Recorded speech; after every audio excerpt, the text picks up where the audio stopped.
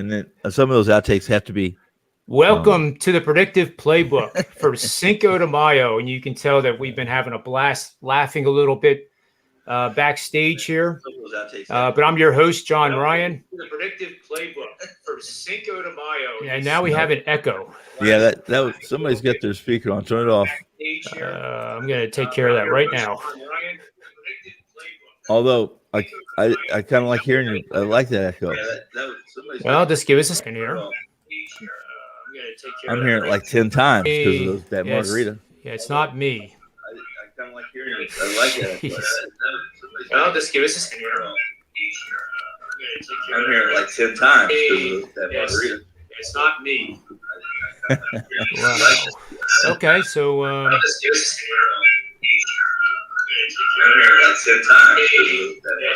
let's see who it is.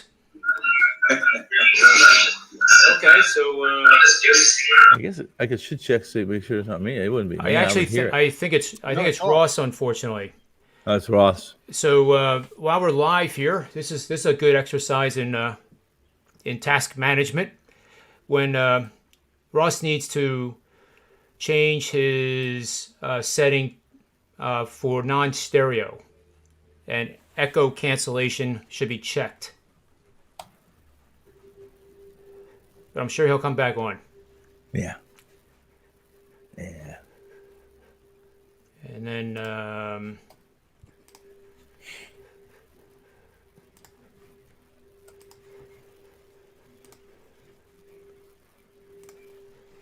okay, so welcome again, everybody, after that false start, which is a sports term, not a business term. But today's special is at Manny's Pub. We have Phillies beginner blunders continue. I can't imagine what that's about. Then we go on to when the word bad beat is not even close. Then we have a special sports memo guest, Ross Benjamin, coming on. And then we're going to talk about the Pittsburgh versus San Diego Padres game, which he's going to break down. And then we're going to see if we agree or disagree with him. Then we're going to talk Brewers versus Phillies with a sprinkle of machine learning too.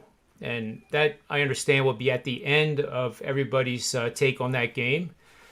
And then we have special discounts and promotions that are going on. And our discounted pricing is a way of us saying thanks to everybody that's been watching these shows, and it continues to grow. So we want to show our appreciation. So for now, I have Rob Vino and Tony Finn, my co-hosts and sidekicks, whatever you want to call them. And how are you guys doing today? Cinco de Mayo. Yeah, I'm good. Hope Tony's the same. And poor Tony's in Vegas with 100-degree heat. Top of the world. Yeah, I mean, what can you do, right? So I hesitate to even start the first bullet point on our menu at Manny's Pub, but it certainly is appetizing. What you thought was a blunder when the Mets scored a run in a Little League fashion because the Phillies player or players were not even close to the word focus. They actually outdid themselves. And what happened, if you don't already know, is that they had a call-up pitcher because their bullpen has been heavily used in the last week. And that was a good decision. There was nothing wrong with that. What was wrong with that is that they failed to put the pitcher's name as an active member of the lineup card. So can you imagine the embarrassment of, I mean, everybody involved from Joe Girardi on down through his staff. I mean, somebody is responsible for that lineup card. And maybe it wasn't Girardi, but the buck stops with him. So in comes the pitcher from the bullpen, which in Philadelphia is from center field, and it's a pretty good run. He gets on the mound, and he doesn't throw a warm-up pitch. And the umpires right away told him to basically leave the ballpark. And then they had to bring in Rob Vino, I'll know his name. So he pitched a 5-out save, which was a 4-run lead for the Phillies, which got down to 5-4 with runners on first and third and 2 outs. So what was a major blunder could have been an absolute disaster blunder, if that's a word. I don't know what the word is for that. I mean, what if the Phillies actually lose that game? I'll turn it over to Rob Vino because he's the our beat guy in the Philadelphia Phillies sports region. Yeah, I'm in the region. That's for sure. John, if Gabe Kapler had done this last year, we probably would have expected it. Or the year before when Gabe was last here. The guy who, signaled for a left-hander to come out of the bullpen when nobody was even warming up. That Gabe Kapler. But it's Joe Girardi, and you just don't expect it to happen. Lucky for them, as you mentioned last night, Sam Coonrod, who has been very good out of the bullpen for but back-to-back nights this year. Yeah, I was there Monday night. He had to throw. He threw a beautiful seventh inning, which again leads to the question, why do managers have to be by the book and pull a guy who has like an 8-pitch inning, 1, 2, 3, and can't pitch the 8th? But in this case, it worked out because he needed him for extra duty last night, and Coonrod came through. Phillies get themselves a win over Milwaukee. That's 2 in a row now. As you say, it was not without its problems and, turned into somewhat of a circus event, but they got it done. And now we'll see what they can do here today. But like I say, Philly fans look at that last night. They scratch their heads and wonder if Gabe is still managing the Philadelphia Phillies, the guy they kicked out of here. That definitely is a move that when he was here in Philadelphia, you could see him pulling off. It's just inexcusable. I mean, that's, I've talked about the years and years and years that I've coached baseball, and one of the most difficult things is when you want to get all your kids in the game, and we're talking 15, 16U, and you have to be very careful to make sure you don't plug somebody in and screw up the lineup, the batting order, and that requires a little bit of thinking sometimes when you're trying to pull that off. And it might be a game you're winning 12-6, and there's 2 innings to go. You want to get some of the bench guys in for some work, but you have to be so careful. This was like day one. I mean, day one, you bring a guy up for the purpose of pitching in that game. So how could his name not be on the lineup card? That's I'm getting. This is about as worked up as I get, Tony Finn. You have any suggestions for the Phillies? Yes. Yes. I thought you might. But I think they should hire Tony La Russa and replace Girardi. Jesus. He was beautiful today too. Whoa. Ran himself out of the 10th inning. Telling you, I just I'm embarrassed for. Now listen, I understand. We had a 60-game sprint last year. There's everyone's out of sync. Pitchers. I think a big part of why we're having some, again, a number of injuries to pitchers like we did last year was because they didn't have enough time to get into their arm shape. This year, it's just it's complete. Everything's out of sync. They played later than usual, and yada yada yada. It's that being a pitcher now in the 21st century is just much different. It's so technical. I know that you guys have all seen slow motion images of an arm and what a guy that throws like 195 miles an hour, what the muscles in the arm do during a pitch. They're so contorted, and it's cartoonish, and it's yeah, that's I hate to say this because it sounds silly, but I'm just not certain that our bodies. I think we have to do some reconditioning. I'm just not certain our arms are built to be throwing a baseball or throwing anything 100 and some miles an hour. That's all. I don't know. It'd be like, or a lineup card, maybe 100 miles an hour. Yeah, I'm quite certain that at some point in time, long after we're dead, we're gone and been reborn 5 times, that soon I'm certain somebody will, catch a baseball between their teeth, shot out of a cannon or something stupid like that. That'll be part of the pregame. Yep. It's amazing, though, as you'll see when we break down the Brewers and the Phillies game, the sentiment stuff that I showed yesterday with the pie charts and the readings. I was expecting it to get worse for the Phillies, but they're actually giving them a pass. Yeah. Well, I like I said, there we could go on and on. I can complain or I can voice my opinion about how I think certain things are mismanaged, but then that would mean that I believe that I know how to manage the best way possible, which would be fairly arrogant and delusional. Which I haven't dosed myself yet, so I'm not there yet. Do the kind of mushrooms that you speak of, do they grow plentiful in Pennsylvania, do you think? I think they do. Well, I just got to go find you a cow patty, pile of cow patty, pile, you know what, and lift it up, see if you get any mushrooms under there. Some psilocybin, real whatever quick, they call them. a fun fact here, Tone. I mean, the town I live in southeastern Pennsylvania is the mushroom capital of the world. They brag about it constantly. On New Year's Eve, rather than have a ball drop, a crystal mushroom drops over top of this town, and it's a big event. So, Tony, you ought to go to that, man. Well, I think didn't I tell you guys a story about the time I was in southern down outside of Yucatan, outside of Guadalajara, and I was down in the Yucatan, and I had buddies down there. I've told you those stories, haven't I? First time they were down there, they picked up some magic mushrooms and started to go look at the ruins, and they're probably pretty lit, and they're walking. They're walking in there, and all of a sudden they hear this screaming.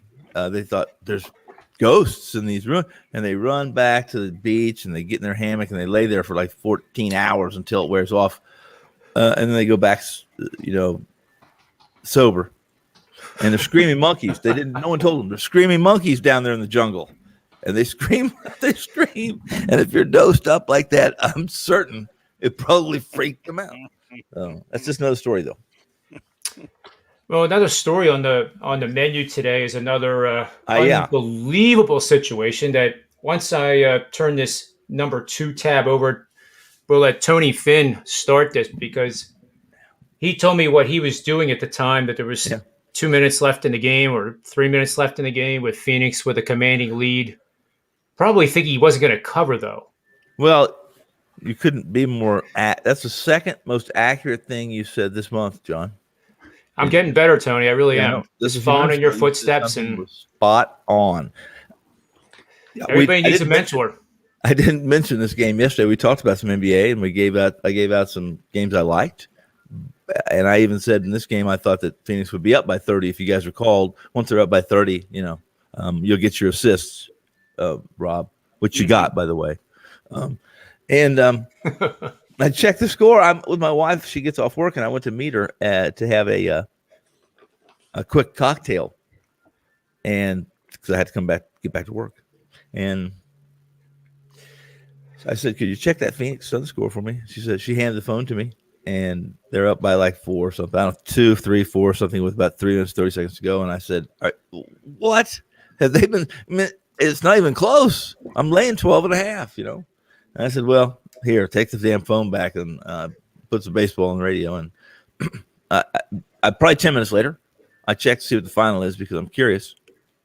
And they're up by 7, and there's still 3 minutes and 30 seconds left in the game. That's when I realized it went to overtime. And I said to her, we're going to cover this. You watch. We're going to cover this. And that's the things that those are bad beats. It's you never, ever want to have that 12.5. I've had 12.5 point dogs and gone to overtime, and there have been times when I've never felt safe. Typically you'll cover those. In fact, John, you showed me the largest margins in the NBA with an extra period, with an extra 5 minutes, and I was surprised that that's the largest one ever. So there they are. Yeah. And at 13, I got 12.5 in the game, but I know it went to 13. But when we're up by 7, and that it's really demoralizing when you're an underdog like that and you've been in the game the whole time, and you go to overtime, it's more demoralizing for that underdog, for that gamer that had some big paper on the big dog, and that's to lose that game that way is it's a tough one. It's a tough one to swallow, even if you're pretty dispassionate, or like me, I don't get too high or too low. That one probably would have it probably would have required that I had a drink. Well, if you notice too, it's the only double-digit line that's covered on that list. Yeah. It's also one of two with a total of 220. Yeah. That's the high. Well, it's 221. There's a 222.5. Yeah. But 220 was they went over 220 in overtime. I mean, in regulation. So that's one of the things I checked was there was 24 points scored in the overtime. And you guys know what the average NBA or an average college basketball games typically produce in overtime. I mean, I always have that because I remember checking that for the first time years ago because I was curious. I had so many damn overtime games, and it seemed like they were scoring more points in 5 minutes than they were scoring in 12 in the NBA. So I wanted to know. Well, it's about 15. Was. Yep. Huh? About 12 to 15. A specific number. I think 14. I think the NBA's 18 and college was 15. That was. Yeah. It's been a few years ago. So, yeah. Yep. Look who's here. Anthony's here. Hello. What's going on, guys? Thanks for joining us. No problem. How are you guys doing? We've already badgered the Phillies. I guess it's a different word than badgered, but butchered. And then we just executed. As you might have seen, we had this little chart up highlighting the Suns' heroic.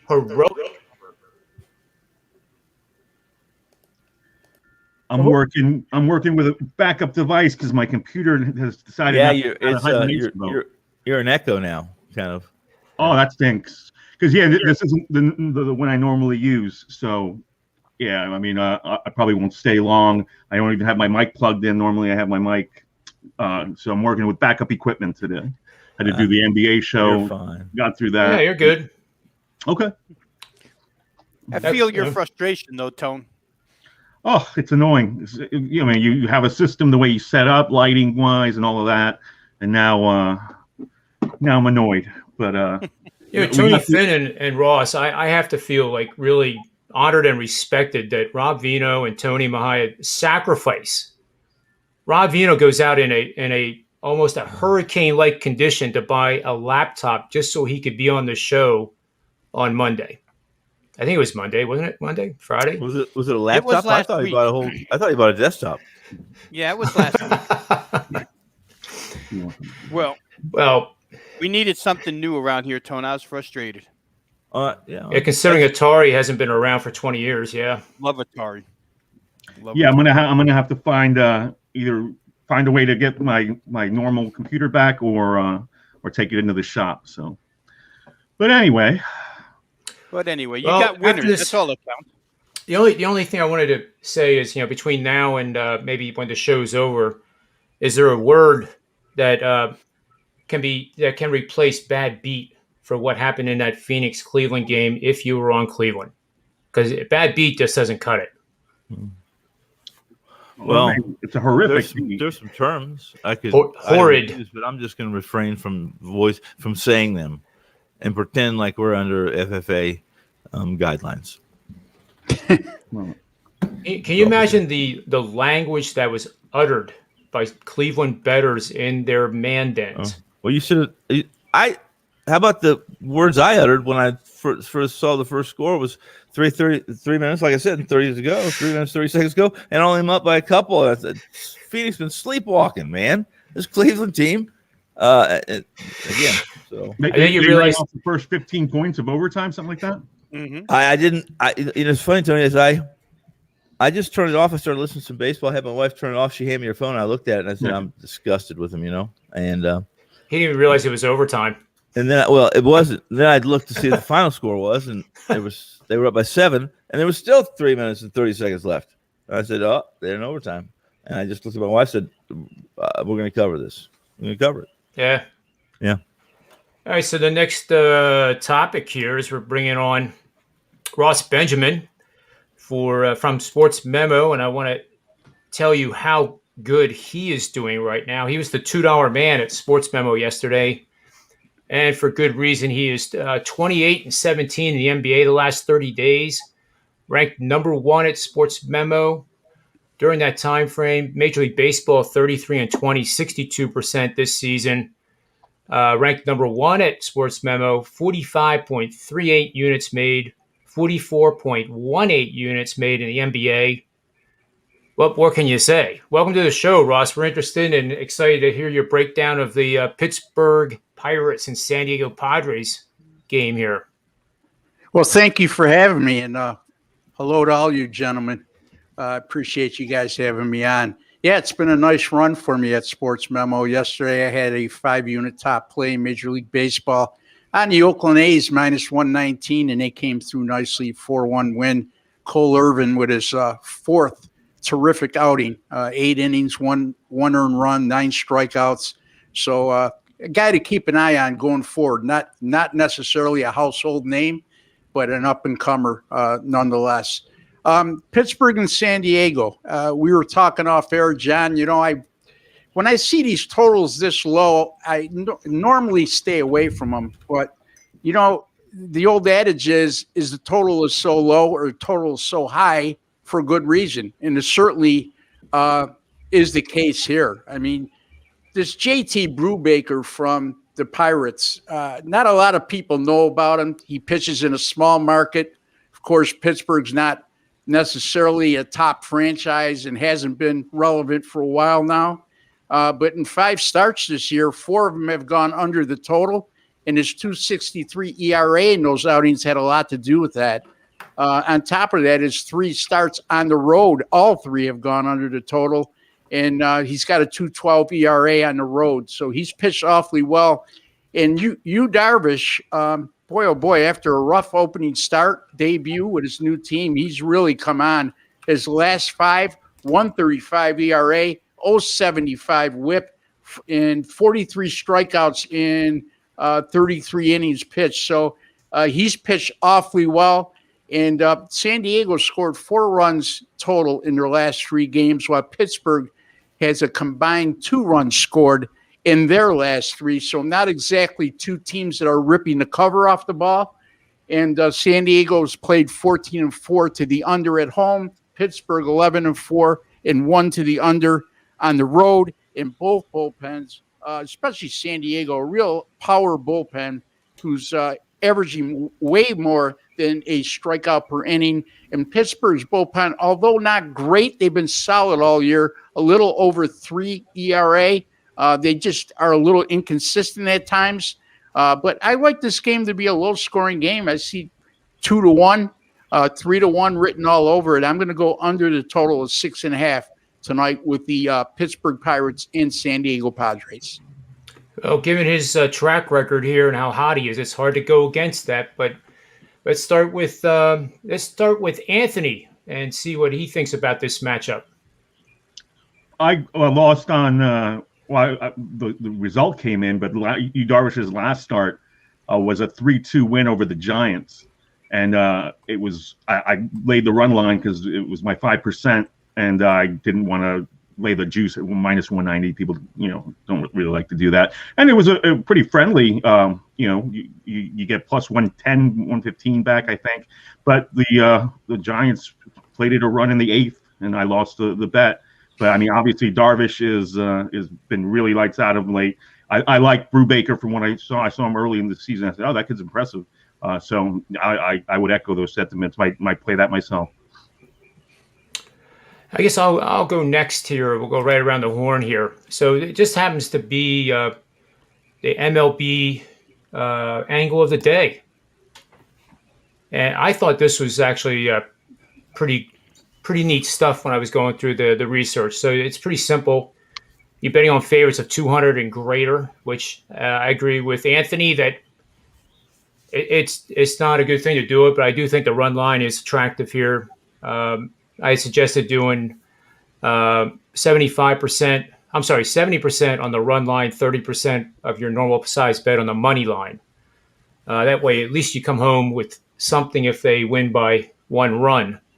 But I think San Diego will bounce back from their 2-1 loss last night.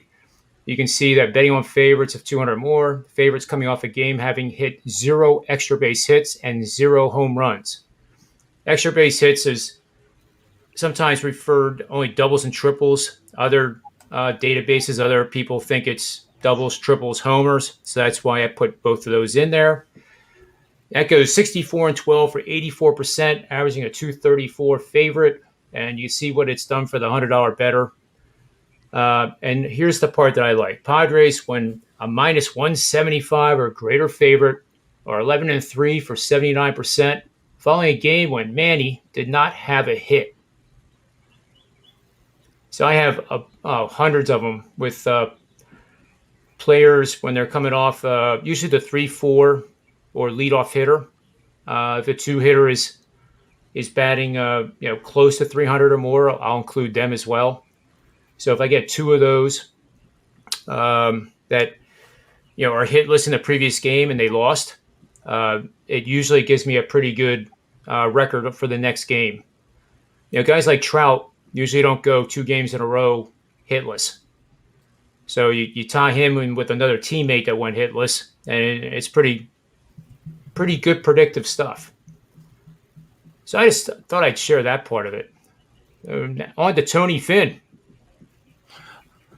I've been following Brubaker. Well, Darvish is one of my favorite, has been one of my favorite pitchers throughout the years, and he's been a moneymaker for me. I'm pretty selective with him. In fact, not only I've made money with him winning, I've made a lot of money with him a couple of years ago when he started out, when he was miserable. He couldn't. First year with the Cubs, for instance, a couple of years ago, and he was walking 8 and 9 guys in a game. It was just one of those stretches. He finally straightened it out, but you're always going to get some value betting against Darvish, as you can see today. There's very little value playing on him.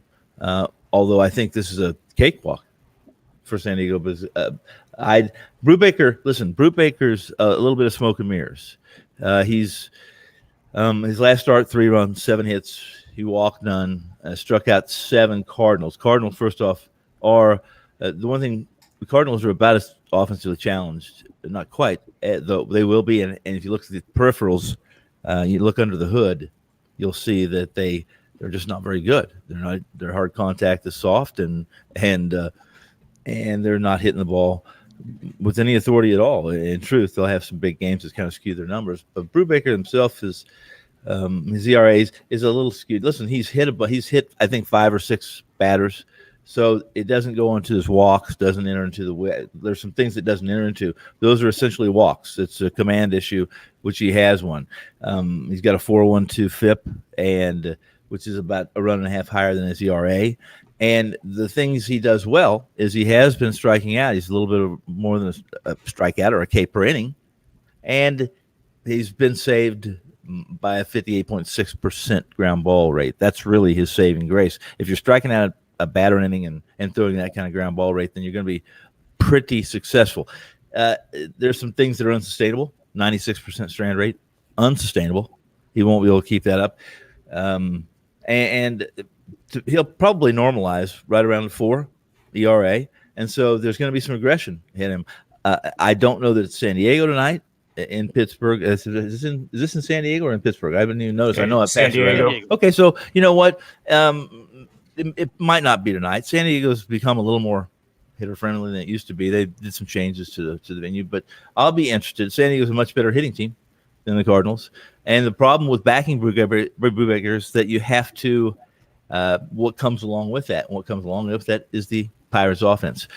In Ross's situation, he's playing under, but 6.5 is a number I rarely play under unless Bob Gibson and Koufax are going at it. So Those guys are still in the league?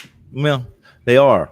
They are. They're just in somebody else's bodies, and they're not quite as good the second time around. So Rob Vino brings up the anchor leg here on this pick. Yeah.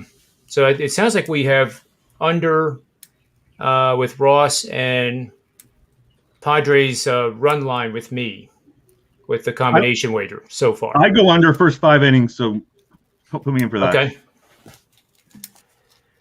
You got it. Under first 5. What is that? That'd be about a 3.5 or 3. It's a 3.5, Tone. There's some juice to it, minus a quarter. Yeah. Yep. I think is the best you're gonna get away with here because there's a couple of 3s scattered out there as well. So get the best of the number. Got a 3. Absolutely. Yep. You're Westgate. watching. Yeah, get the best of the number if you're watching this. Listen, there's not much to add to what you guys have already said here. I'll say this. The lineups are posted for tonight. If you think it helps the under, Trent Grisham and his 306 batting average, not in the starting lineup. Manny Machado, not in the starting lineup. Those two things probably help Pittsburgh in the case of the first 5 innings. The San Diego lineup 1 through 7 still fairly decent. But when you take out Grisham and Machado, it makes a difference for sure. Everybody drops another level. It could make a difference in center field play. Defensively, I'm not sure how much that accounts for anything, but without Grisham in center field could be a little bit different tonight. I'm with Tony. I would rather play the 5-inning line. I'm just getting too used to erasing bullpens from the equation nowadays, but that's not to say that the bullpens are problematic here. They're really not. Yesterday, obviously, San Diego, because Lamet is on a pitch count, they went to sort of a 2-tiered starter system, right? Randy Weathers came in and threw 30-some-odd pitches after Lamet had already thrown his 30 pitches. And then the bullpen came in. Nobody really taxed. Mark Melanson didn't have to pitch. He's been phenomenal as the closer for this team. Same for Pittsburgh. The key arms, you got a couple of them in there, but the pitch counts were low enough. I generally use 25 as a key number of pitches thrown by a guy. Not necessarily to say that they're not going to perform in back-to-backs, but once you get to back-to-back, third day, you could have some problems. But I don't see any of that here. I just would probably prefer playing 5-inning under in this instance. Machado could come off the bench as a pinch hitter late and ruin your 6.5. Who knows? But I'm with Tony Mejia here. I would say under the total first 5. A lot of juice to lay for a 3.5, but looking at a 2-1 score after 5 might be the ceiling in this one. Yeah, I love it. I think I'm ready to go to the window in that first 5, which is something I'm learning to do. It's I guess you can say I'm old school, but I just kind of think that if I have the first 5, I mean, the records of teams that go into the 7th inning with a lead and have their scorecard and their lineup cards correct and don't get their relief pitcher thrown out of the game before he warms up is usually pretty good. I'm having a hard time getting over that Phillies thing. Sorry. I guess I have to. My therapist says I have to let go of things. So, and I go to the same therapist as Tony Finn does. So, we're in the same boat. But that's Bob Newhart's my therapist. Let's get in some good questions here in the chat room. So, Calvin says, "Do you guys take into account who the umpire is, or is that not a big deal? His Big under deal. record is 1-4." Big deal. Well, there's a game, I think, involving the Dodgers, which is not a popular umpire, if I'm right. Angel Hernandez. That's who it is. Yeah, he's a controversial, but I will say this: since he's been shot down by a judge, he lost his discrimination suit. He's been pretty neutral. He's about done. He's been drama's always surrounded Angel to some degree. He's made some horrific calls. All the commotion is about the fact that he's, after all these years, is not a crew chief. He thinks he's been discriminated against because of his race. And the truth is that Angel won't, much like some people I know, when he talks about himself, he's not looking in the mirror. So he's not the best umpire, but he's a guy that, listen, he's a typical veteran umpire, and they all have some of the same biases and some of the same habits. So if it's a getaway day, the zone gets larger. If he's got someplace to go, he doesn't want to miss his plane, then if you're got command issues, you're probably not going to have as many command issues as you typically have, because that's what umpires do. They're human. They'll never have. We will never. That's one of the I think one of the beautiful pieces to this chess game that baseball is, and that's umpires. And I wrote a little pamphlet. I wrote a little short story, is what I call it, a little book in the late '90s before they had the K zones, about umpires and how influential they were then. They're still influential. They're still influential. However, not as much. The new breeds are pretty consistent. They get graded by the K zone, and if you want to ever be a tenured, union Major League Baseball umpire, then you're great. You're going to grade out. You're going to be one of the ones that passes the test that they give these guys that they used to never give. It's good stuff. So I guess the answer is yes, we do. Yes. Any Anthony or Rob or Ross want to comment on umpires? Yeah, I've definitely factored that into the equation. If there's the old saying that a guy is a pitcher's umpire or a guy is a hitter's umpire. It's not as prevalent these days, as Tony alluded to, because of that K zone now, and these guys get graded on that. But at the end of the day, there's still, if you have a guy that's 65% to the under every time he's behind home plate over the last 3 seasons, I don't think that's coincidental at that point. So I definitely take a look at that, and I certainly put it into my handicapping equation. It's not a be-all, end-all for me, but it's certainly part of the equation, especially when I'm looking at a total. I'll just add from my coaching experience, and this is for any of the youth baseball coaches out there. The worst thing you can do is when you think your kid on the mound is getting squeezed, is say, "Yo, Blue, what the heck was that?" Or where did that miss? It's much better to remain quiet, wait till the inning is over, and then between innings, just go out and if usually the umpire tells you his first name. My name's Andy, and you just walk up to him and just say, "Andy, my kid's really struggling out there. I know it's probably hard to call strikes, but can you tell me where he's missing so that he can throw it where you like it?" Yeah. And I'll tell you what, it's amazing how that strike zone all of a sudden kind of expands. Now, I'm sure it doesn't quite work that way in the Major League Baseball level, but for any of the guys out there that do coach youth baseball at a pretty high level, that is a technique that I always used. And if you're down south, believe it or not, it's insulting to an umpire to call him Blue. Like, "Hey, Blue, where did that miss?" It's Mr. Umpire, sir, down south. Yeah, when I coached high school baseball, I used to say, you have to perfect the art of politely insulting them, meaning going about it the way John did, with maybe a little more aggression in your tone. But yeah, there's nothing to be gained by challenging these guys' strike zones, especially a guy like you just alluded to, Angel Hernandez, who, by the way, most of his mishaps that we've seen over the years have come at the most critical time of the year during the postseason. True. Yeah. Real quick, guys, I'll throw in here. I'm going to agree with Tony Finn that in days past, not that you shouldn't be aware of who the home plate umpire is in every game nowadays, but I think that there were situations in the past where it was a money printing machine, and I'll go back to John Hirschbeck on getaway days with that veteran crew that he used to roll with, Bill Welke and John Hirschbeck, and the running bets that they used to have that bettors were well aware of. Whoever called the slowest game was buying dinner. And on getaway day, they weren't hanging around more than 205 for a game. So Hirschbeck unders were like money. Angel Hernandez's instance, and I don't know how to phrase this a different way than saying that he's got sort of an agenda when he's behind home plate, but he's not a guy that caters to the home crowd.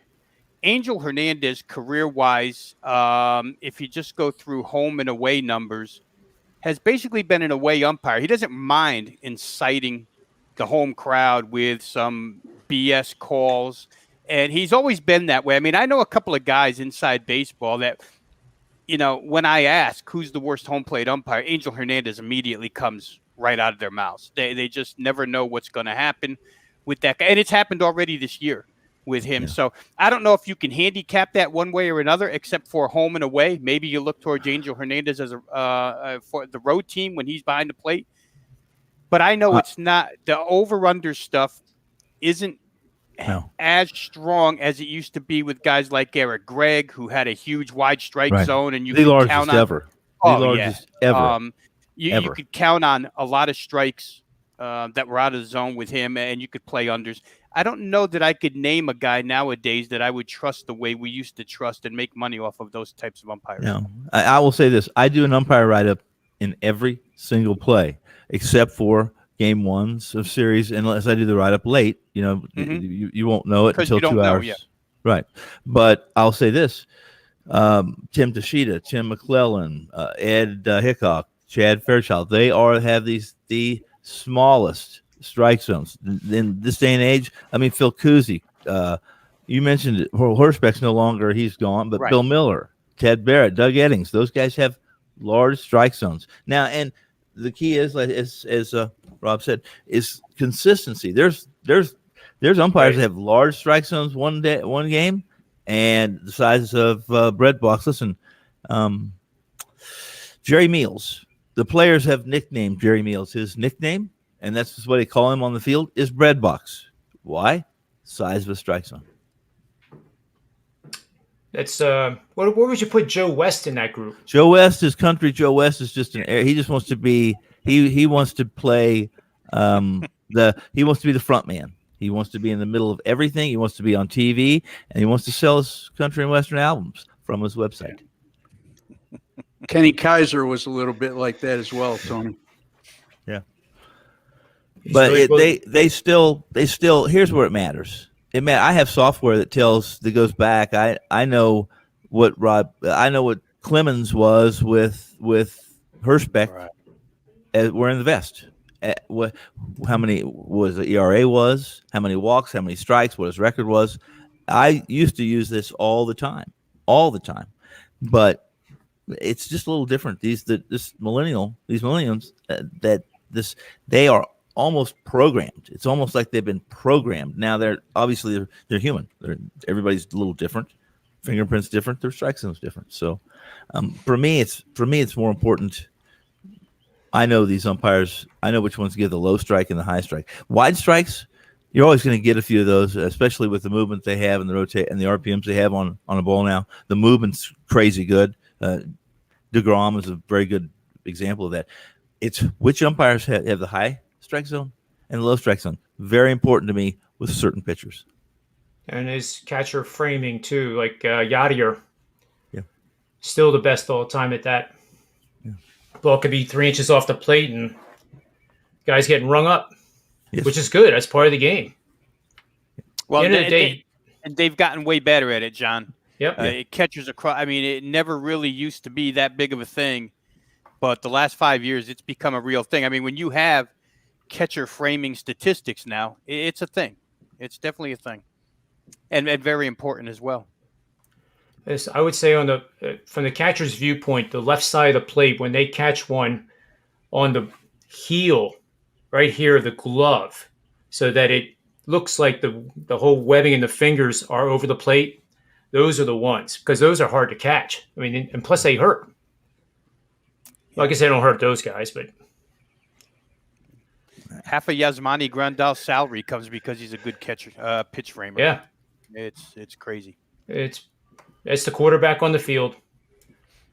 So here we have John. How about thoughts on the Washington-Atlanta game? Nick Hub likes the over in this one quite a bit. And then another intriguing game is Houston and the Yankees. He likes the under. So I suspect there's a pretty good pitching matchup in that Yankees game. Let's do the first one. Washington, Atlanta.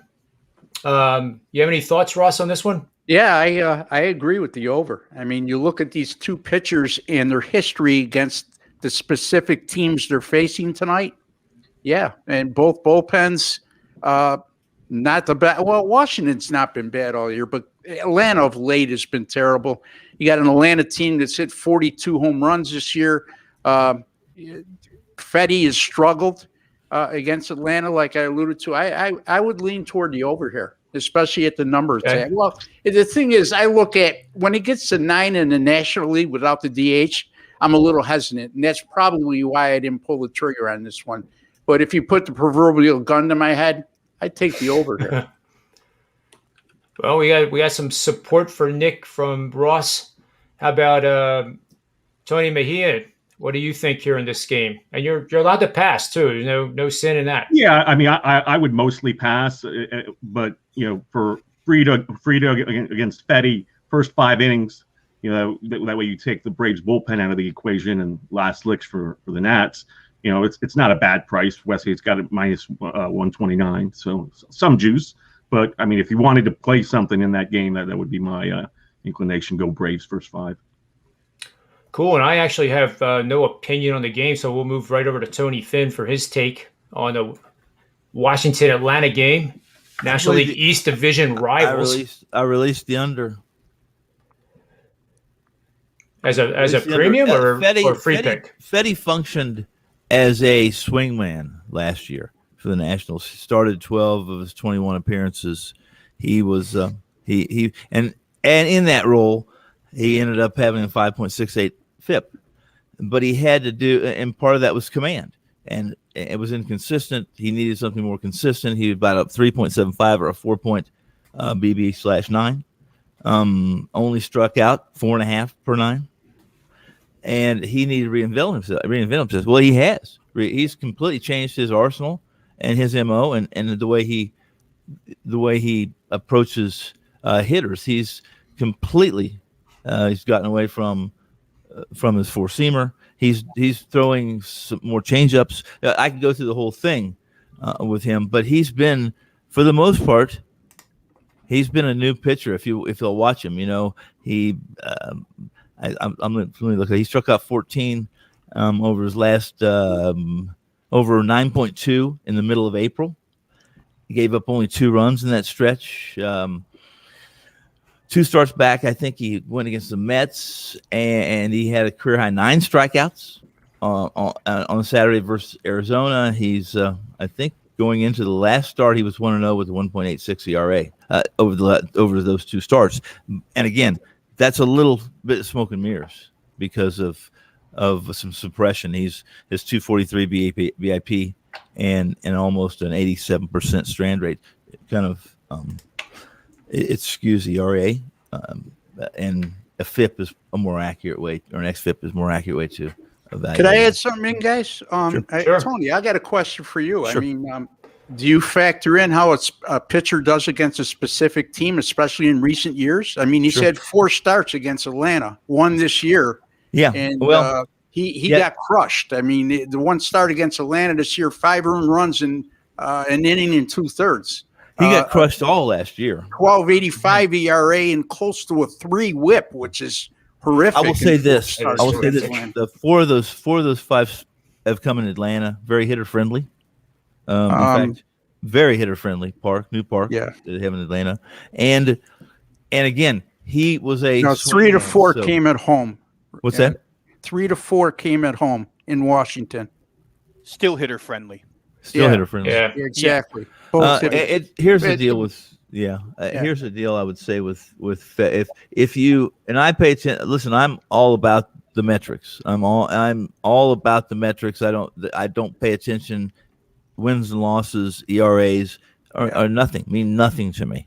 Nothing. They're irrelevant because they're not a true measurement. In fact, they're the most deceiving stat of any sport, of anything people use that we use, that most portals use to represent a pitcher, should I say, I guess. So, and I think most people would, I would agree with that. I'm looking right now at the Nationals record. I want to look at.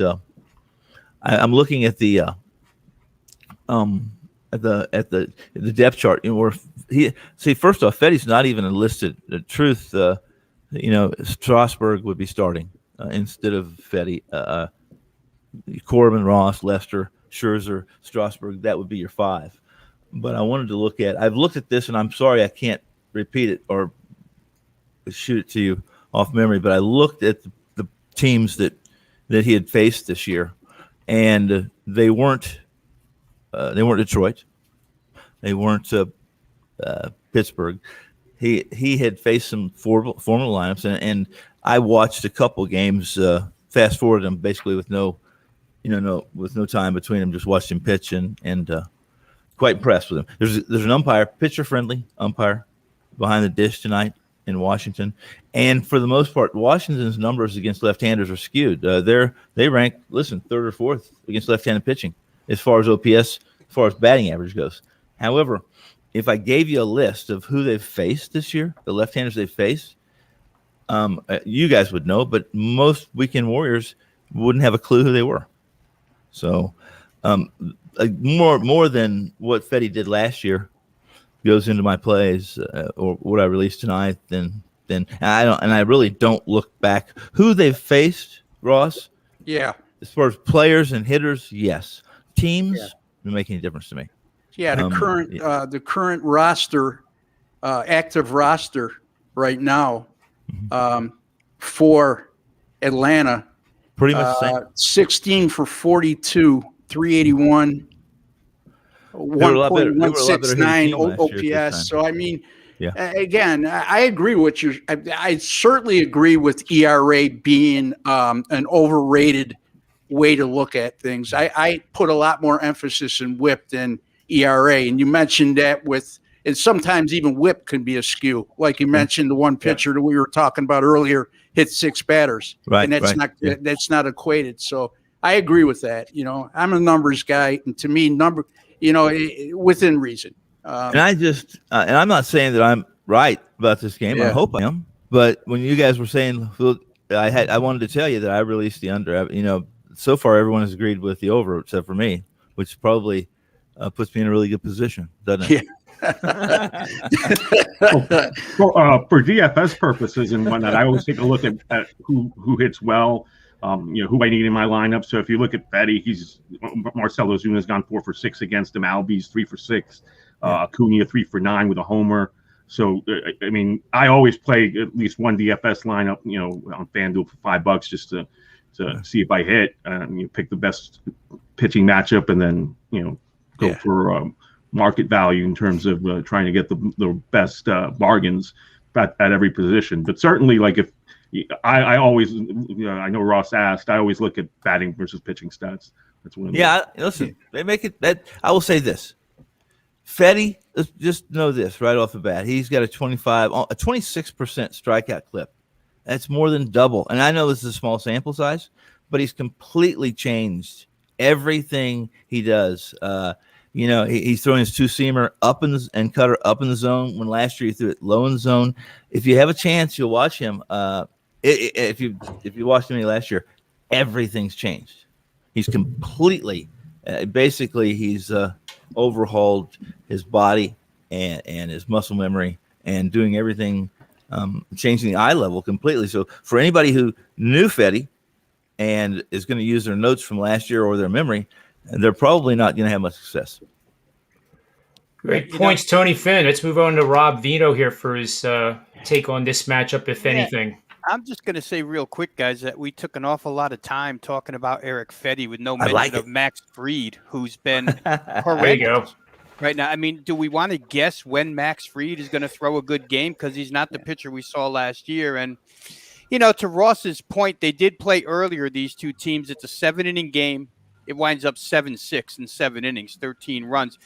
Atlanta has been hugely disproportionate hitting-wise between lefties and righties, right? It's the second worst hitting team against left-handed pitching this year. The OPS 564 against lefties, 790 against righties. And Tony brought it up that Washington has been terrific against right-handed pitching this year, across the board. OPS, on base percentage, batting average. I think they're number 1, 305.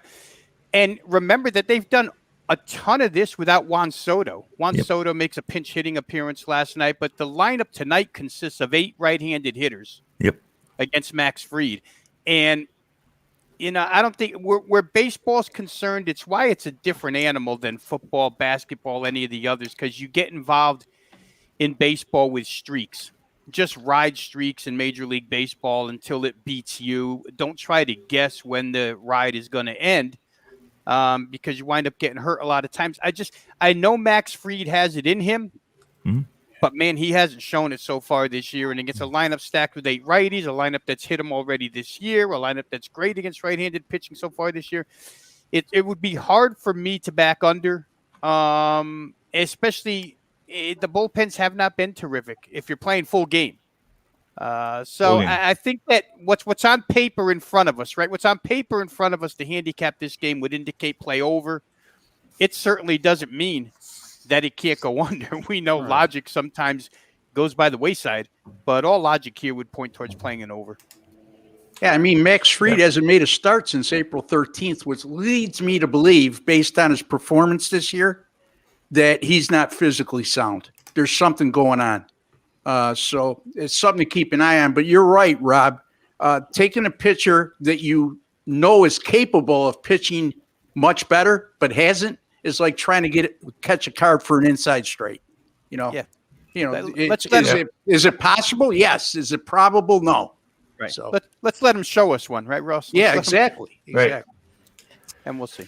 Let's take a quick look at the Houston Astros visit as they continue their series with the Yankees. And last night, a crowd of 10,000 and a few extras sounded like a full house because this is the first time that the Astros have been back in town since the year of the trash can banging.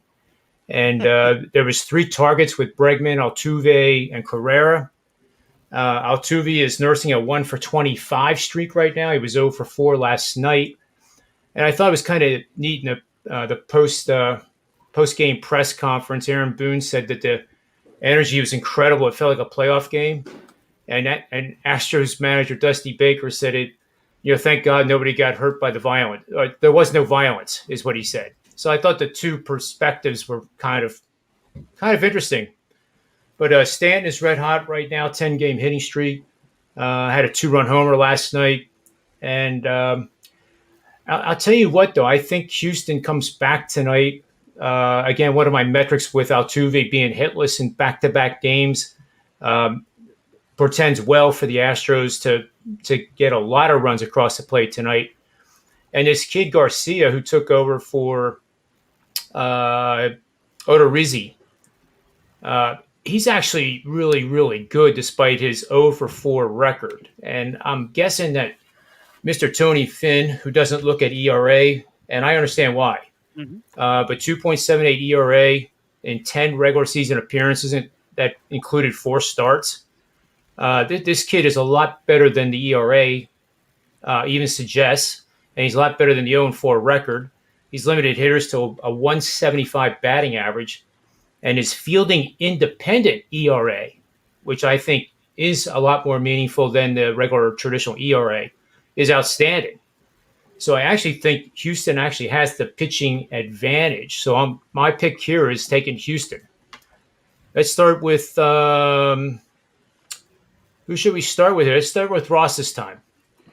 Yeah, I'm going to lean toward the under here. Again, the Yankees have been a little bit better offensively of late. Yes, Giancarlo Stanton is on a nice tear with that 10-game hitting streak, but they still, to me, they strike out way too much.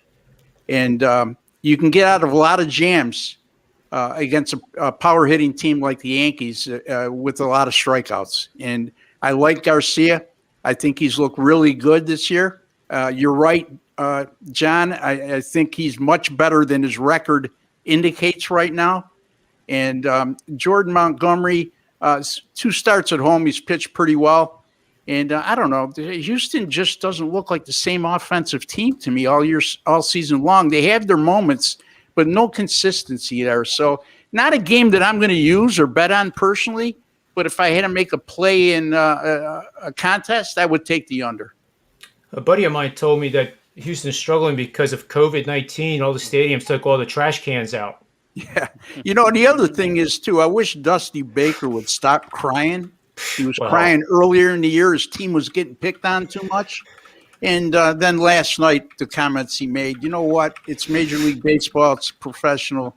Come on, Dusty. You've been around way too long to be whining about stuff like that. Yeah, he had a few home runs in Yankee Stadium, at least the old one. He knows how that Bronx cheer goes. Exactly. What's crazy about his whining is he wasn't even part of it. So why, just let it go. Let it go. Yeah, exactly. I agree. It's just going to make the fans tonight even worse. I mean, it might be a continuous barrage on those three Houston Astro players. But as a professional, you learn how to ignore it. So I don't think it's all that big a deal, really. Tony Mejia, what do you think here? Any ideas? I mean, I would lean towards the Astros just from the pitching matchup alone. Jordan Montgomery's been pretty good this season, but look who he's faced. He's faced the Orioles twice, the Rays twice, and Cleveland lineup that hadn't been hitting the lick. So, even though Houston's got some slumping going on, they still have some bats that can get hot. And, that would be my only lean is fading Montgomery because he's pitched pretty well and he has pitched well at home. And that, I've seen him really pitch himself out of bad innings, with games with one bad inning, as a Yankee fan, too much to trust him here. Okay. And welcome to the house, Ski Prophet. What up? What up? What up, Ski? I've never heard you break down a Major League Baseball game. Yeah, you have. Maybe you don't remember. Maybe I wasn't that good. I don't know. I don't. You can pass on this, and we'll jump to Tony Finn if you want. Doesn't matter. No, I don't have a play on this game, but I did want to jump in, and I love to disagree with Tony Finn. I'm with the guys. I like the over in that Nationals and Braves game. I don't trust Fetty. I don't trust Freed. I don't trust the bullpens. I'm going over. Well said and very I'm feeling brief. better and better about this game. Yeah, you're the Antichrist, Tony. I love the 15-second breakdowns. Yeah. No. 15 seconds. I feel like you guys touched on it quite a bit, so don't need that much from me. We did. We'll see. Like I said, it's small samples. Small sample right now. Need more.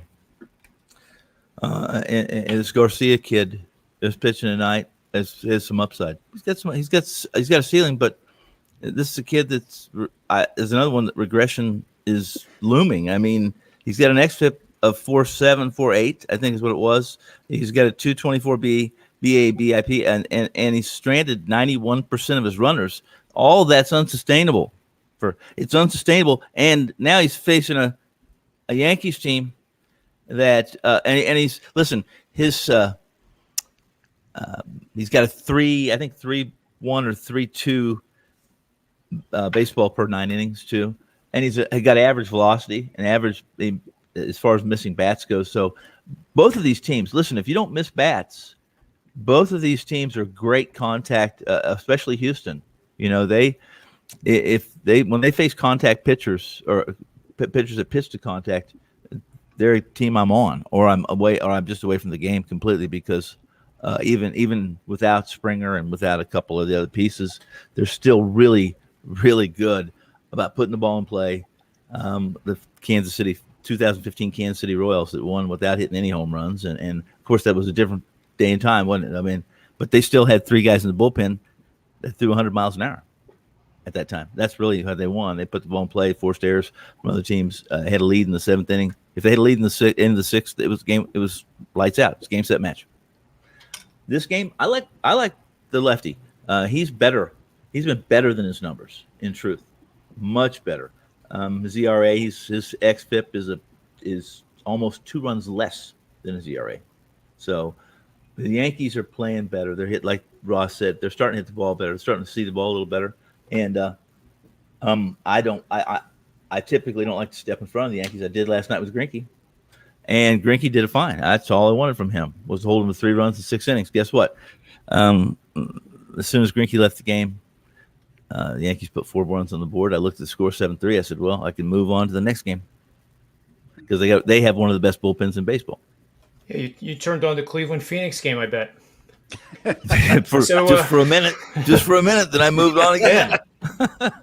Rob Vino bringing up the anchor here on this matchup, Houston Yankees. Any leans here?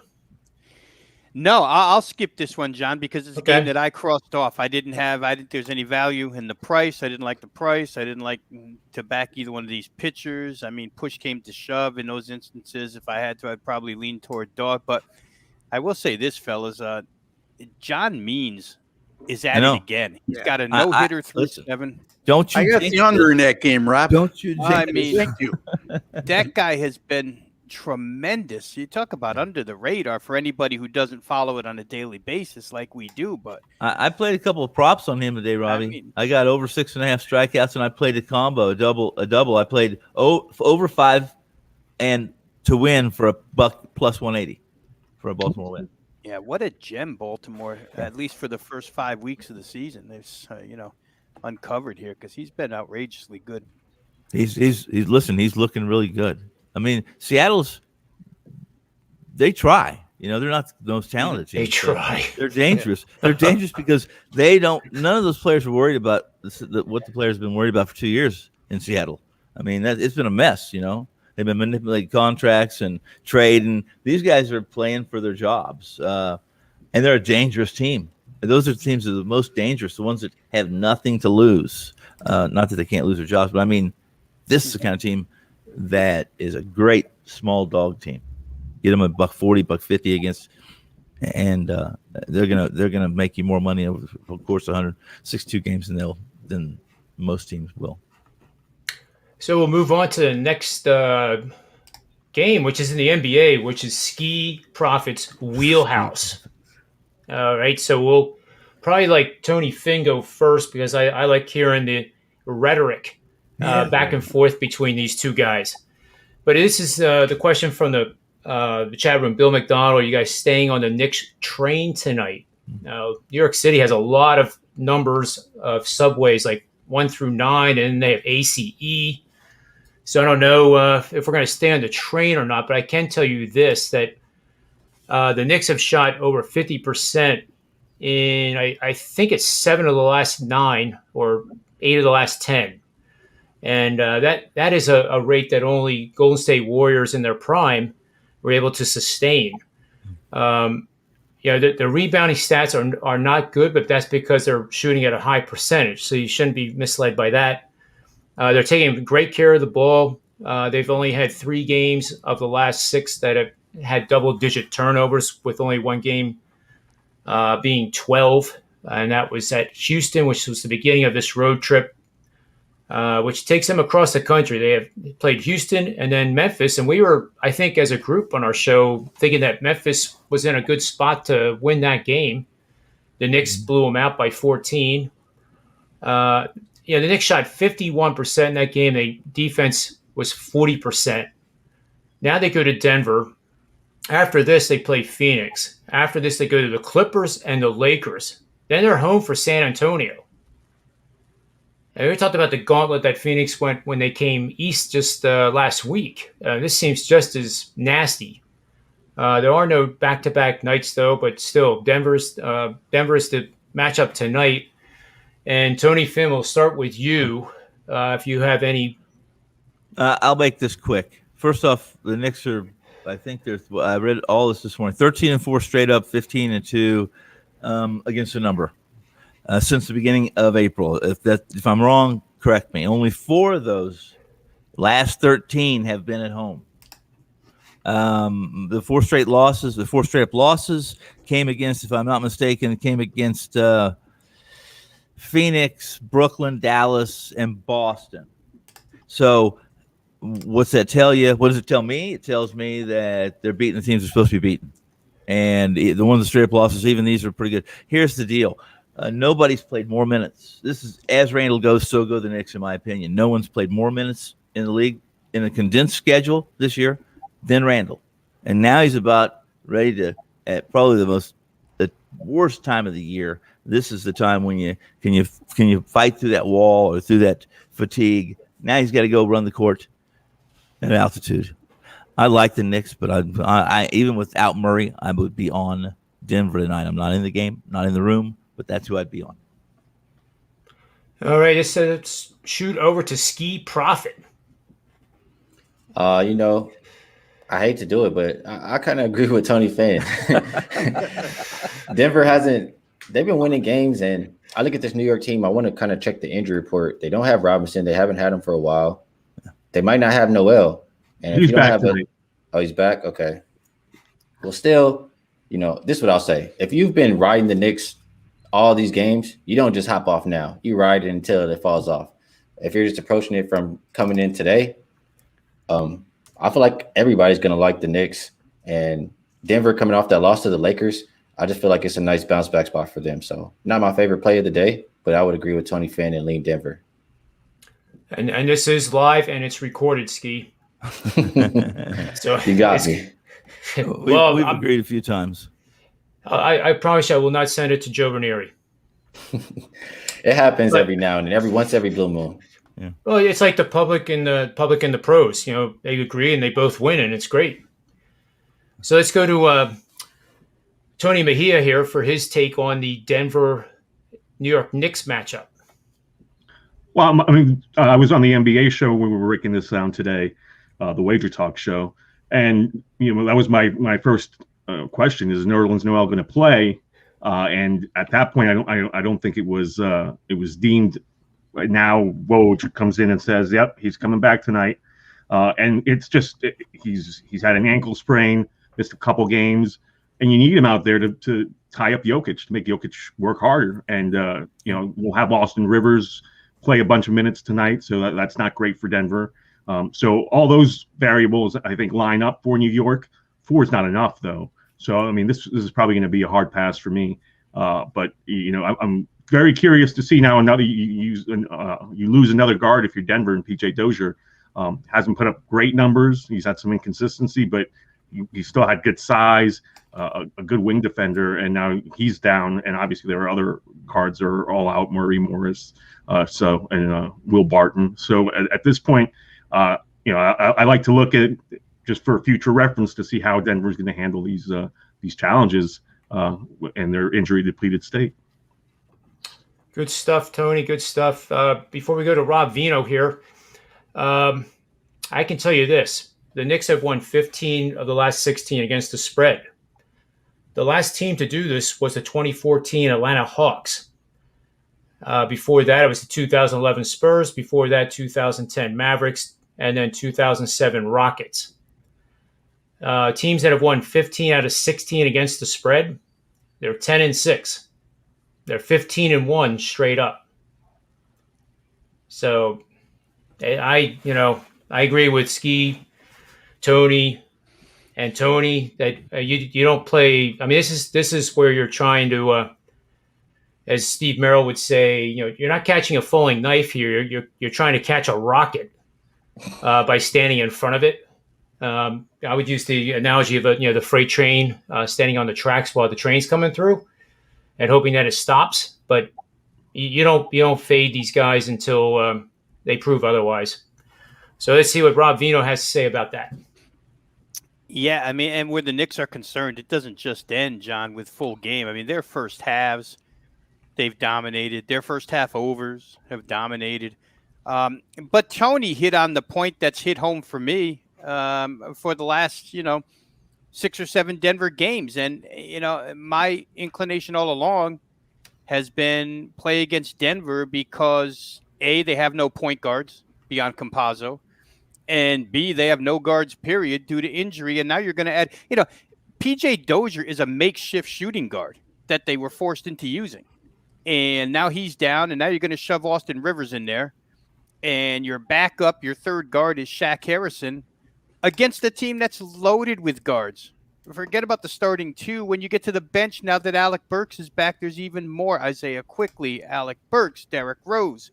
The backcourt advantage that the Knicks hold in this game is as substantial as the advantage that Denver holds offensively in the front court. I mean, the thought of Jokic against Taj Gibson and Nerlens Noel He had 32 the other night against Andre Drummond. He's going to get that front line has carried this team.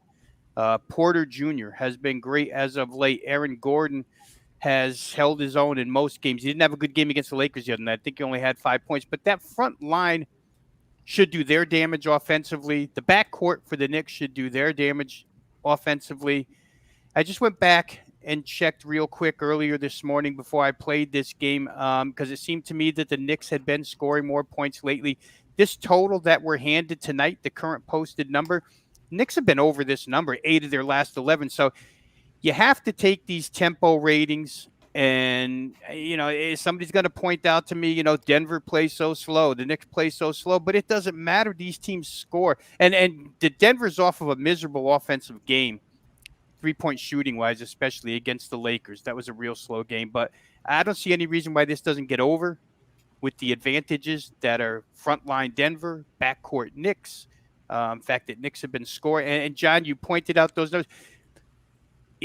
I talked yesterday about generally I like to take teams that have, underperformed field goal percentage wise and figure there's a bounce back, right?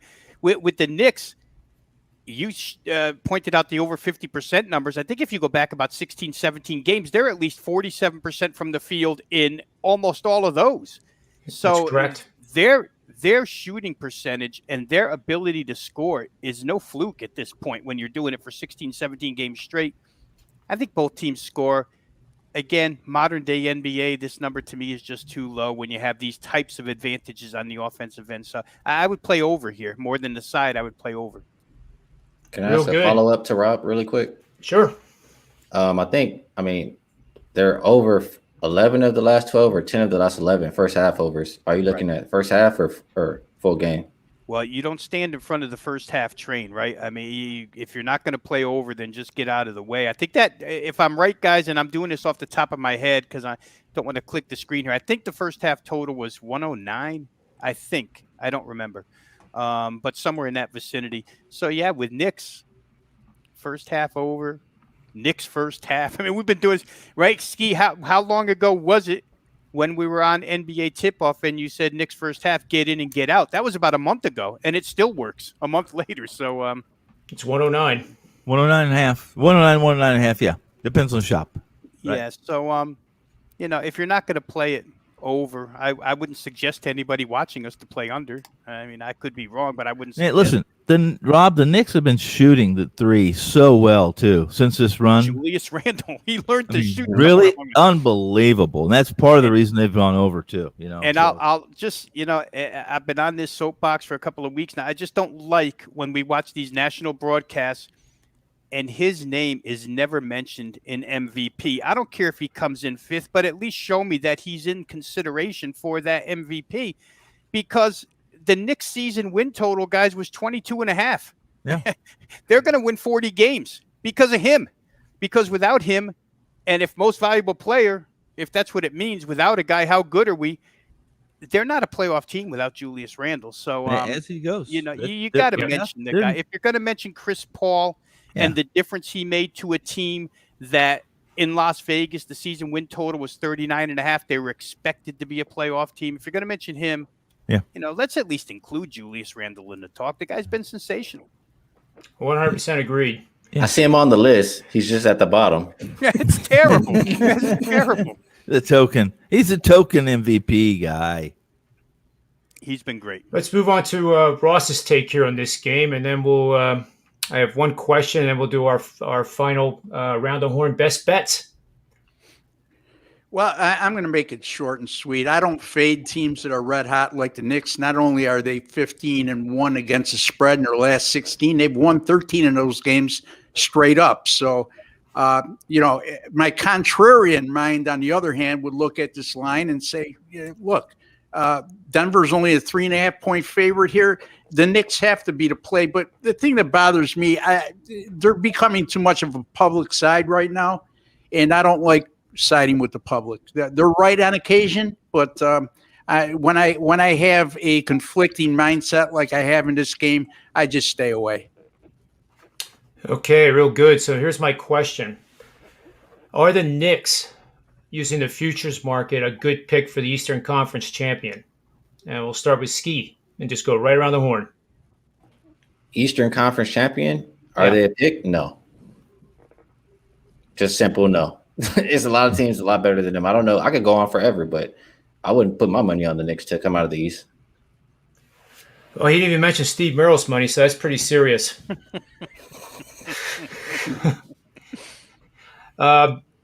Tony Finn, what do you think? No. They listen. They're playing so well. I'm having a good professional basketball team in New York is good for the NBA. Having two of them, damn good. And of course, I go back to the days that when the Knicks won their last champion, or when they were with that before Ewing, back in the late '60s, early '70s. I was a Knicks fan, truthfully, because we had no NBA team, and because of Earl the Pearl, guys like that. Really, Walt Frazier really liked those guys, that backcourt. But as much as I like Randall, and as well as they played this year, Randall can't carry them to what is the most murderous postseason schedule and maze that any professional sport has to go through to win a championship. It's brutal, and especially if you're so dependent on one player like that. That's just my opinion. I would say no. Okay, Tony Finn. That's me. Yeah, Tony Finn. Oh, Tony Finn. I'm sorry, Rob Vino. Oh, man. Yeah, I'm just looking here, John, at the bracket just to see if I can make some sense of it for you. You know, the Knicks get into a 4-5 matchup to start. Can they get by the Atlanta Hawks or the Miami Heat, whichever finishes 5? That's possible. That's possible that they could get through the first round. Then they would have to play the number 1 seed, which, you know, as we sit today, it looks like it's going to be Philadelphia. Philadelphia's got a 1.5 game lead. They've got the easiest schedule ahead of them. So can they beat the Sixers in a 7-game series to find their way into the Eastern Conference Championship, at which point you could hedge your way out and make a pretty good amount of money, because I'm sure the Knicks' number to win the East is that good. But I don't know that they could beat Philadelphia in a 7-game series, honestly. Philadelphia has some flaws, no doubt about it, but you know, we've said it before, John, when they want to play defense, the Philadelphia 76ers, there's no other like them. And to me, in a 7-game series, I just don't think the Knicks, it would have to take some injury luck, right? Where Philadelphia's without somebody mega important, either Embiid. Ben or Joel. Embiid or yeah, you're right. Yeah, otherwise I don't think that's happening. So to me, if you can't get to the conference final, which would give you an opportunity to hedge out and make money either way, then I can't see any value in playing the Knicks. First round series they can get by, but I just don't see them getting past Philadelphia. Mr. Benjamin, what do you think about this? Emphatic no. They're not a good play to win the East. To answer Rob's question, can they get by Atlanta or Miami in the first round? I would have to say no. That's my opinion at this point. To Tony's point, Julius Randle has logged an awful lot of minutes right now, and if he's the guy carrying you, how much is he going to have left in the tank come playoff time? And when things really get emotionally draining and it becomes a lot more physical. So I'm an emphatic no on this one, John. That's a great point, because guess who, if they do face the Sixers, guess who's going to be guarding Randall? Ben Simmons. Yeah, that would be second round. Right. Yeah, I was giving you the yes for the Knicks advancing either against Atlanta. An if bet. It was an if bet. Round, they would have home floor, right? They would have 4 out of 7 in their place if they fit 4th in the Garden.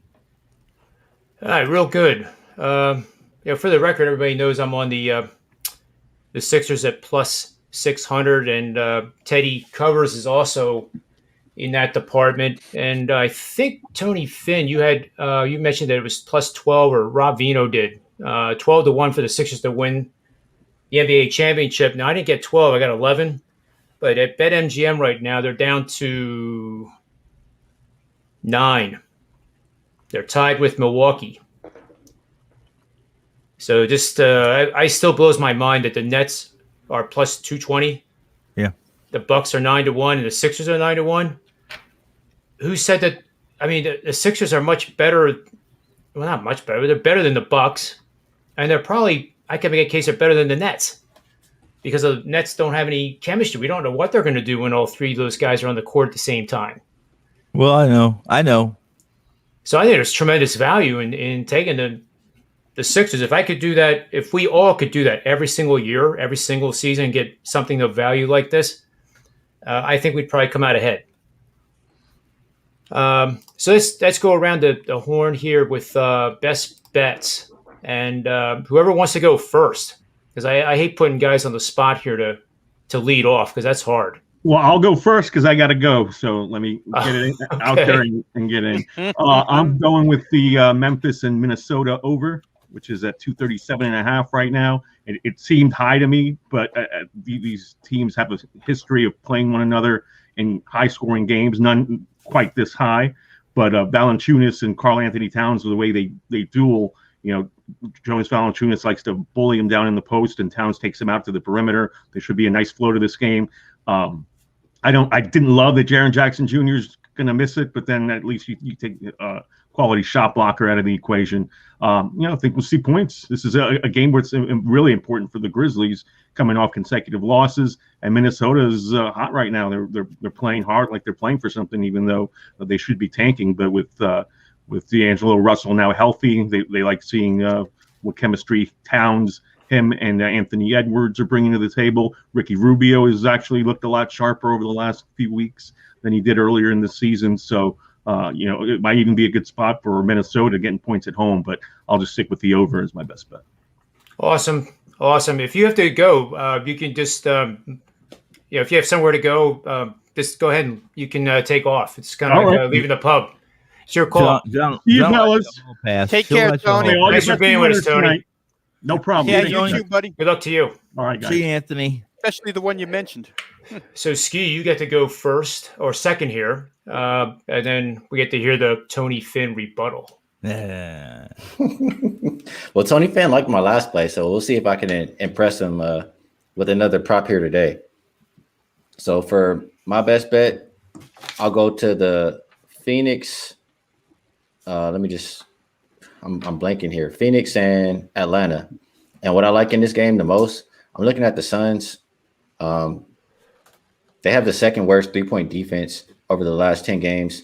You combine that with the game that they played yesterday versus the Cavaliers. I just think it took a lot out of them. I don't think that they're going to be there defensively tonight. And now I'm going to look at Collins. I mean, I look at him on the season. He has 1.3 3-pointers made, 3.3 3-pointers attempted on 38% shooting. And I look at his last 4 games. He's making more 3-pointers. He's attempting more 3-pointers, and he's shooting better. He's shooting 47%. So at plus 167, for him to go over 1.5 3-pointers made tonight, I think it's some value there because the implied probability is 37.5%. So that's my play. Collins for Atlanta over 1.5 3-pointers made plus 167. I absolutely love that play, Ski. That is like a borderline no-brainer. Makes John, me I gotta more go. confident. I got another show at 6. Okay. If I can go real quick, please, if you don't Yeah, mind. I'm going to you're stay up. on that Atlanta and Phoenix game. Again, Phoenix, as Tony has pointed out on several occasions, played that overtime game last night. This will be their third road game in 4 days. The Atlanta Hawks 14-2 straight up and against the spread in their last 16 at home, including 6-0 straight up in ATS in their last 6 at home. I think this is a statement game for Atlanta. I think it's a bad spot for Phoenix on paper. At the end of the year, if it was a playoff series, I would take Phoenix all day. But in a one-game situation here, I like the Atlanta Hawks plus the 1 against the Phoenix Suns, Atlanta being at home. That's awesome Guys, stuff, thank you Ross. for Appreciate having it very me. much. Yeah. Yeah. All right, you take care, guys. Have a good Yeah, night. Ross. You Good too. luck, Ross. So we're next in line here is Mr. Finn. I'm gonna agree with I like what Ski had to say. I liked what Anthony had to say. In fact, I'll take it a step further. I like Anthony like the over, even though the number is this high as the Swiss Alps, and I like the over here for several reasons. One is that Minnesota's given up so many points in the paint. They I think 72, 70. I think it was 72. I'm not. I think it was 72. Golden State scored 68, 72, something like that in the paint against Minnesota, and no one scores more points in the paint than Memphis. It's easy. It's as much as Memphis would prefer to be a little more disciplined or a little more regimented offensively. They don't play at tempo necessarily, but they're deliberate. But they will be. They'll have no choice but to do so because Minnesota just doesn't play any defense. They play no defense. And in this game, I fully not only do I like Memphis, I think the number is a little short. And I know there's reasons for that, but I like Memphis to cover that number. If you don't want to lay the 3 on the road, play the minus 150 on the money line. But I like it in combination with the over. There's your 2-team parlay for the night. And that was the NBA angle of the day best bet too with Memphis. There you go. Not that adds any more fuel to the fire, but it's money. It supports it. Rob Vino's best bets. Well, this is what sucks about going last because I've heard 2 of them go by the wayside already. I totally agree with what Ross said before he left. If you guys just remember 2 days ago, Atlanta was in the same exact situation. I don't know. He said it's a statement game. I don't know that it's a statement game, but I'll say this. They played Portland the other night, Portland off of that overtime game the night before, and they get the win and they're back healthy, right? I think we talked about it that day, either on NBA Tip-Off or here somewhere we talked about it. That Atlanta was getting healthy and they caught Portland in a bad spot. They get the same exact situation here tonight. So Atlanta, I would agree with. I agree with Tony Mejia. In fact, I would go so far as to say Memphis, Minnesota first half. That first half total looks shortchanged at 116. Game total is 238. 116 is not even half of 238. So for some reason, the first half, which generally isn't the case, but it got shortchanged here. I know it does in college basketball, but not necessarily in the NBA. I'll go on to a third play here, guys, and I'll take Indiana. I just think that Sacramento at this point in time, Halliburton now done for the year. No De'Aaron Fox, no Harrison Barnes. I know you win a game the other night, Sacramento by 3 points. Against a team not as good as they are. But to me, Indiana, again, and their coaches now, his existence as head coach of the Indiana Pacers is now in question. And to me, that just seems a little funny because I go back to the beginning of the year when these players couldn't praise him enough. So obviously management sees it different than some of the players do. The reports that I read said some of the players, maybe he's not communicating well enough with. So, it'll be interesting to see what happens to him, but they've decided the style that they're going to play. I don't think Sacramento can keep up with the guys that they have left on that roster. The top 3 scorers, I guess Buddy Hield would be in the top 3. So 3 of the top 4 are now gone. I don't see Sacramento keeping up with Indiana tonight, so I'll lay the points. I know it's going up 5.5 to 6.5, but I think Indiana, when you start getting into the 130s and 140s, 6.5 can start to look small. So give me Indiana minus the points here. I'm in agreement with 2 of the other guys, and I'll stand on Indiana myself. Awesome stuff. So for my picks, we're going with the Houston Astros tonight as a dog against the New York Yankees. And it wouldn't be a show without me doing an in-game bet. So the Knicks Denver total, I'm doing nothing pre-flop. I will put a 3% bet in-game on 207.5. And it's only good for the first half of that game. If the game gets out of hand on high scoring, then so be it. I won't have a bet. But 207.5, I think if you can get that only stands to reason that would be a bet that has a really good chance of going over. So I think that's it. We have a wrap for the show here. This was fun day. We had a record number of professional handicappers in the studio. Yeah, we had 5 with me as the host, John Kelly, and wish you guys the best of luck tonight. So for Rob Vino, Ski Profit, Tony Finn, and myself, the Predictive Playbook, sportsmemo.com, wagertalk.com. May all the wins be yours.